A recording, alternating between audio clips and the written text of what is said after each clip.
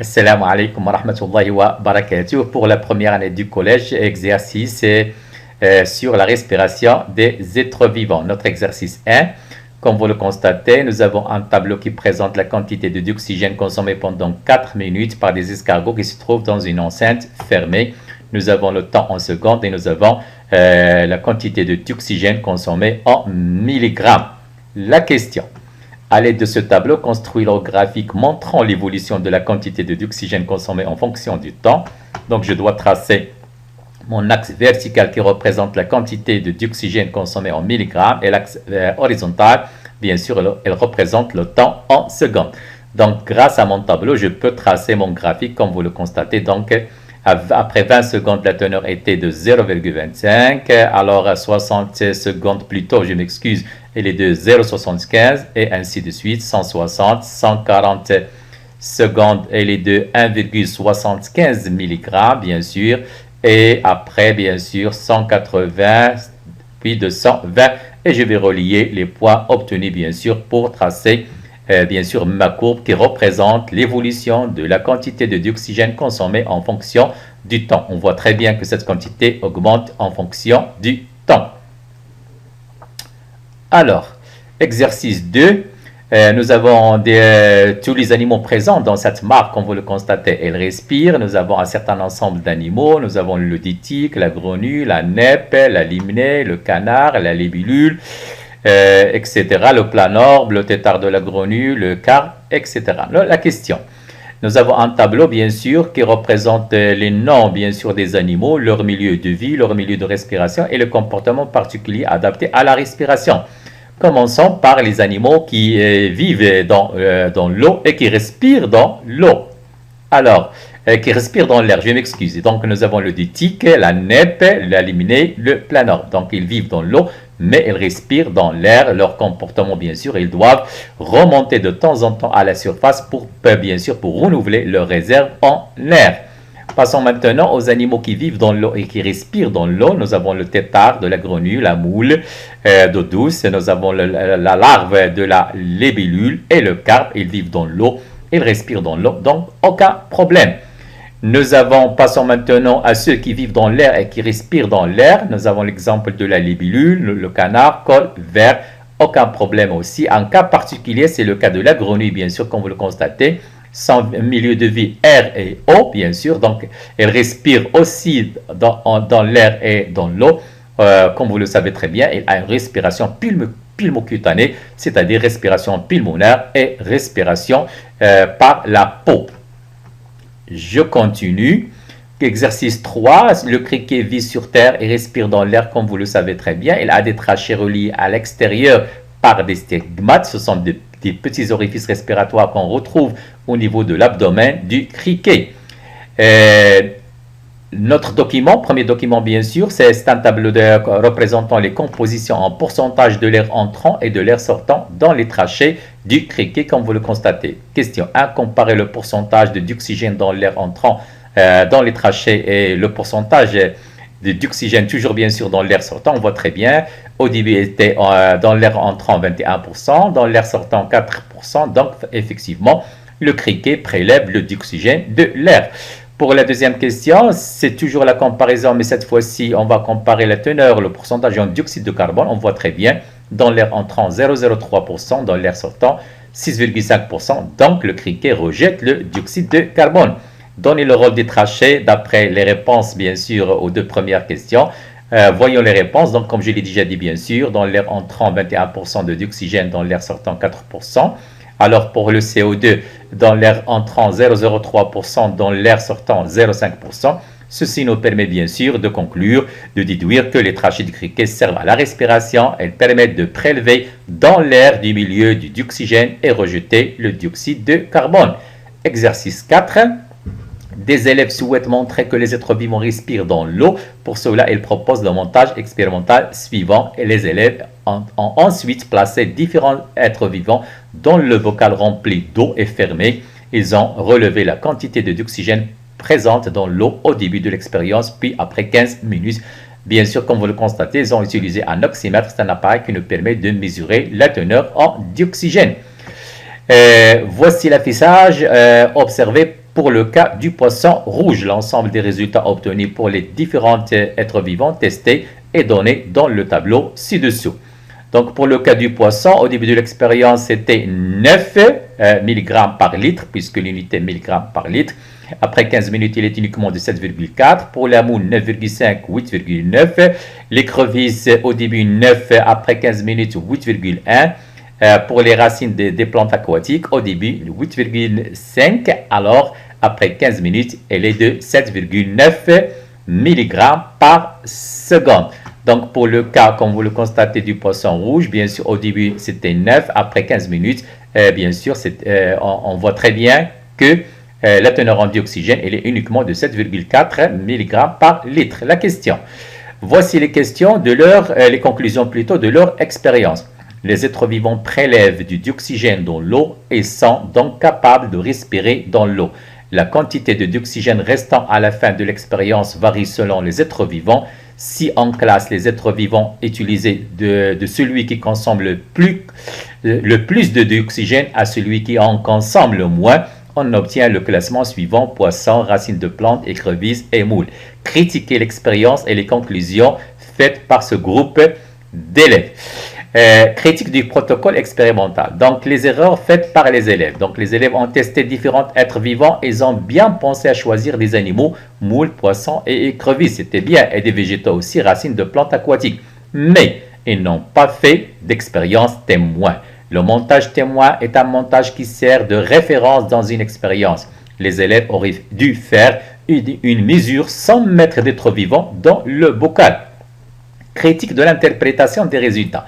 Alors, ils ont fait aussi une autre erreur. Donc, pour classer les êtres vivants de plus consommateurs de dioxygène au moins consommateurs, bien sûr, il aurait fallu que les quantités de dioxygène soient identiques au début des 4 expériences. Or, ce n'est pas le cas. Il n'est donc pas possible de comparer entre elles les quantités de dioxygène en fin d'expérience. Remarque bien sûr, les concentrations d'oxygène au début de l'expérience peuvent varier si la température de l'eau n'est pas la même dans les 4 cas. En effet, plus l'eau est chaude, moins la quantité d'oxygène qu'il peut contenir est importante. Passons maintenant à l'exercice 5. Donc, il parle de la mise en évidence de la respiration chez la gerbille. Hassan place une gerbille et un récipient dans un récipient contenant de l'eau d'eau chaude et un récipient, contenant de l'eau d'eau chaude limpide dans une enceinte hermétiquement fermée. Hypothèse proposée par Hassan, la gerbille rejette le CO2 et validée. Alors, petit 1, indiquez si l'hypothèse est validée effectivement par le résultat de cette expérience. Argumentez votre réponse. Donc, Hassan affirme que la gerbille rejette le CO2. Ceci, bien sûr, comme vous allez le constater, la deuxième question d'abord, Hassan aurait dû prévoir une expérience complémentaire, donner le nom de cette expérience et décrire l'expérience. On va essayer de chercher, bien sûr, est-ce que l'hypothèse proposée par M. Hassan est validée ou non. Donc, cette hypothèse n'est pas validée. Pourquoi? Rien ne prouve que la souris est responsable du trouble de l'eau de chaud. Donc, petit 2, pour montrer que l'animal est le seul responsable du trouble de l'eau de chaud, il faut une expérience témoin, comme vous le savez très bien. On doit utiliser un montage témoin, une enceinte hermétiquement fermée contenant un récipient avec de l'eau de chaud limpide, mais sans la gerbille. À ce moment-là, on peut affirmer, bien sûr, dans le cas où l'eau de chaud se trouble, on peut affirmer que la gerbille rejette le dioxyde de carbone. Petit 3, cette expérience ne suffit pas à montrer que la gerbille respire, bien sûr, puisque nous savons très bien que la respiration, c'est une consommation de dioxygène et un rejet de dioxyde de carbone. Seul le rejet de dioxyde de carbone par la gerbille est mis en évidence et il est nécessaire de montrer aussi que la gerbille, bien sûr, prélève le dioxygène du milieu. Exercice 6. Comme nous avons un document, bien sûr, qui représente un poisson, bien sûr, auquel on a disséqué. On a prélevé, bien sûr, la partie, l'opercule, bien sûr, pour mettre en évidence les branchies. Nous avons une comparaison de la teneur en dioxygène, en dioxyde de carbone dans l'eau entrant, bien sûr, et dans l'eau sortant. Effectivement. Alors, question, précisez ce qui a été mesuré et l'unité. Dans ce cas-là, comme vous le constatez, bien sûr, On a mesuré la teneur en dioxygène et en dioxyde de carbone en centimètres cubes. Préciser le lieu de la mesure et les quantités relevées. Bien sûr, comme vous l'avez constaté, les mesures ont été faites dans l'eau entrant et dans l'eau sortant. Pour comparer, indiquer le nom de l'organe par où entre l'eau entre bien sûr. Avant bien sûr préciser le lieu et la mesure et les quantités prélevées. Pour le cas des quantités prélevées, bien sûr pour le cas de dioxygène dans l'eau entrant il est de 5 cm3, dans l'eau sortant 1 cm3. Pour le dioxyde de carbone dans l'eau entrant 45 cm3, dans l'eau sortant la teneur en dioxyde de carbone il est de 49 cm3. Passons maintenant à la question suivante. Indiquer le nom de l'organe par où entre l'eau. Bien sûr, vous le savez très bien, elle entre par la bouche. On l'a vu sur notre document. Indiquer le nom de l'organe par lequel sort bien sûr l'eau. On doit utiliser le schéma et son vocabulaire. La question suivante. Indiquer les organes traversés par l'eau. Et enfin, préciser le nombre des branchies. Nos réponses, bien sûr. L'organe par où entre l'eau, c'est la bouche. L'organe par où sort l'eau, c'est ce qu'on appelle, lui, c'est l'ouverture derrière les opercules. Les organes traversés, comme vous le savez très bien, ce sont les branchies. Leur nombre est de 4 branchies de chaque côté de la tête et sont rouges et constitués de filaments. Exercice 7. L'endive que nous consommons en salade ou cuite, en légumes et bien sûr, et le bourgeon qui se développe sur la partie supérieure de la racine d'une plante cultivée à l'abri de la lumière. On place une endive dans une enceinte hermétiquement fermée portant une sonde à dioxygène dans son couvercle et on relie cette sonde à un ordinateur. Les résultats, le graphique bien sûr qui s'affiche sur l'écran de notre ordinateur puisque notre expérience est reliée à un dispositif bien sûr EXAO, expérience assistée par ordinateur. L'axe horizontal, comme vous le constatez, représente le temps en minutes. L'axe vertical représente la teneur en dioxygène en pourcentage. Effectivement, après 30 minutes, on voit très bien que la teneur en dioxygène elle est environ de 20,3. Effectivement, on voit très bien que la teneur en dioxygène elle est de 20% après 50 minutes. Les questions. Indiquer quelle est la teneur en dioxygène de l'air contenu dans l'enceinte au début de l'expérience. Donc, c'était 20,9%. Nous le voyons très bien au début de l'expérience, c'est-à-dire effectivement 9, comme vous le constatez, avec 0,0, c'est le début de l'expérience. Donc, c'est 20,9 effectivement. Alors, deuxième question, même question après 30 minutes, je l'ai déjà dit, 20,3. Indiquer au bout de combien de temps la teneur en dioxygène est 20%, je l'ai déjà dit, 50 minutes. Indiquer comment varie la teneur en dioxygène de l'air contenu dans l'enceinte au cours de cette expérience. On voit très bien que la teneur en dioxygène diminue dans l'air de l'enceinte au fur et à mesure que le temps passe. Exercice 8. Chez beaucoup d'animaux aériens, comme le lapin et le cheval, la respiration s'effectue par l'intermédiaire d'organes respiratoires appelés les poumons. À l'aide des flèches rouges et bleues, complétez le schéma ci-dessous en indiquant le nom des gaz, le type de respiration. Donc, il s'agit d'une respiration pulmonaire. Les échanges qui s'effectuent entre l'air du poumon et le sang et entre le sang et les organes. Donc, comme vous le constatez, l'air va pénétrer bien sûr. Effectivement, riche en oxygène va pénétrer au niveau des poumons, plus précisément au niveau des alvéoles pulmonaires. Donc, au niveau des alvéoles pulmonaires, s'effectuera des échanges gazeux entre l'air alvéolaire et le sang. Donc, le dioxygène va passer dans le sang. Le sang, dans ce cas-là, il sera riche en dioxygène. Il va transporter le dioxygène vers les organes. Au niveau des organes, le dioxygène va passer vers les organes, alors que les organes vont rejeter, bien sûr, le CO2 vers le sang. À ce moment-là, le sang, bien sûr, devient riche en CO2 et, bien sûr, va le ramener vers les poumons. Donc, au niveau des alvéoles pulmonaires, le sang va rejeter le CO2, bien sûr, vers l'air alvéolaire qui va, bien sûr, au cours d'une expiration, comme vous allez le constater, il y aura une sortie, bien sûr, un rejet de dioxyde de carbone. Exercice 9. Les animaux et les végétaux respirent. Un élève a commencé le schéma bilan ci-dessous sur les échanges respiratoires en fonction du milieu de vie. Donc, il y a 3 questions plutôt. Indiquer dans les 2 cadres bleus si on se trouve dans le corps ou dans le milieu extérieur. Placez dans les 4 cadres rouges le nom des organes respiratoires schématisés. 3. Indiquez sur le schéma par des flèches les différentes couleurs, les échanges de dioxygène et de dioxyde de carbone entre le milieu extérieur et le corps de l'animal. La couleur des flèches est fournie par la légende ci-dessus. Alors, voyons d'abord la partie milieu extérieur et la partie corps, ce qu'on appelle aussi le milieu intérieur. Effectivement, le corps, la partie en bleu, c'est le milieu extérieur.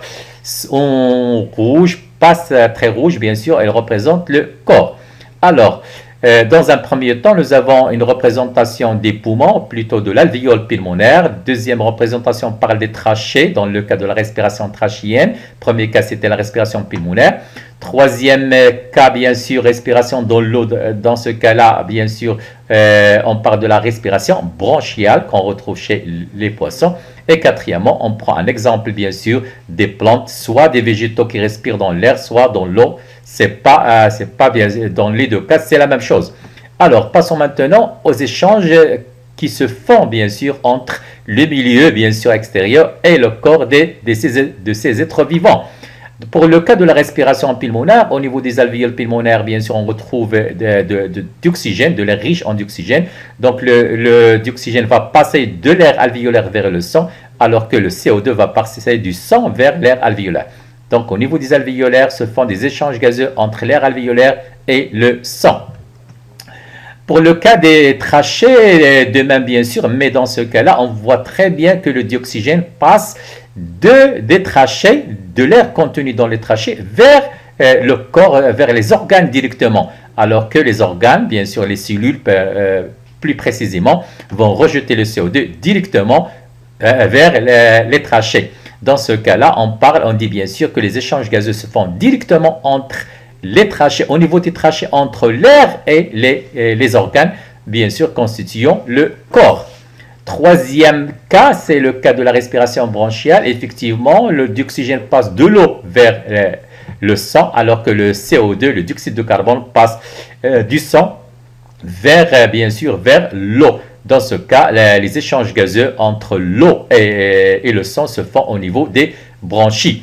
Pour le cas de la respiration pulmonaire et le cas de la respiration bronchiale, le sang joue un rôle d'agent de transport. Il transporte le dioxygène depuis la surface des échanges, bien sûr, avec le milieu extérieur vers les organes, vers les cellules. Il va, bien sûr, ramener le dioxyde de carbone. Le cas des feuilles, des plantes, bien sûr, on voit très bien que les échanges gazeux se font directement entre le milieu et la plante, bien sûr. Le dioxygène va pénétrer à l'intérieur via ce qu'on appelle les stomates. Ce sont des petits orifices qu'on retrouve sur les feuilles et le CO2 sera rejeté, bien sûr, vers le milieu de la plante, vers le milieu extérieur. Merci.